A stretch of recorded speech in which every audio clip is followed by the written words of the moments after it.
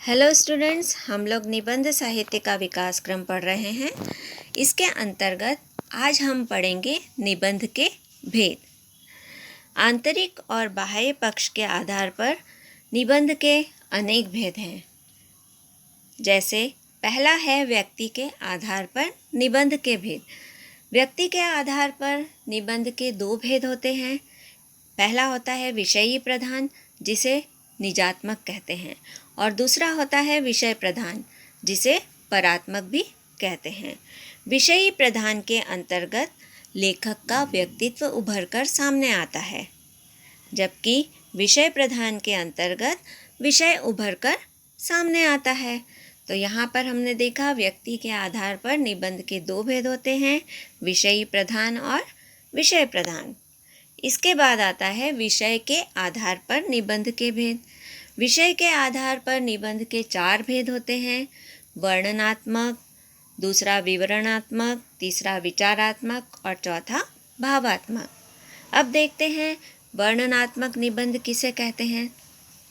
ऐसे निबंध जिसमें प्रायः भूगोल या किसी यात्रा, ऋतु, तीर्थ, दर्शनीय स्थान, धर्म, त्योहार या सभा सम्मेलन आदि विषयों का वर्णन किया जाए, उसे वर्णनात्मक निबंध कहते हैं। इसके अंतर्गत जैसे दीपावली, ताजमहल, ओलंपिक खेल, वसंत ऋतु आदि निबंध आ सकते हैं।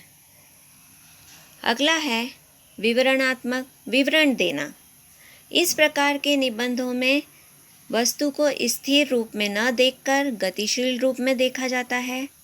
जैसे शिकार, पर्वतारोहण, दुर्गम प्रदेश की यात्रा का वर्णन आदि निबंध विवरणात्मक निबंध के अंतर्गत आते हैं कि किसी दृश्य का हमने पूरा विवरण दिया है।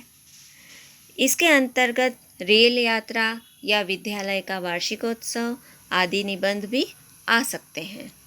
इसके बाद आता है तीसरे नंबर पर विचारात्मक निबंध।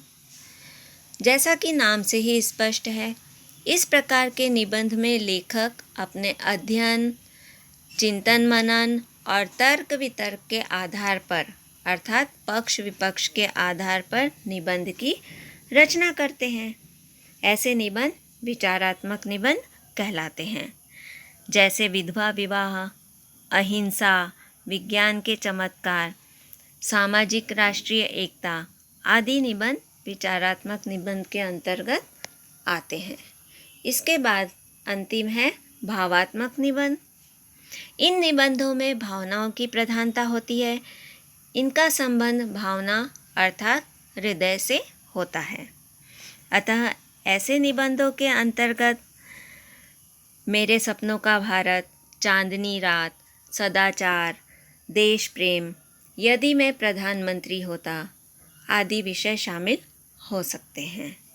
तो ये हुए हमारे विषय के आधार पर निबंध के चार भेद। आज के लिए इतना ही। धन्यवाद।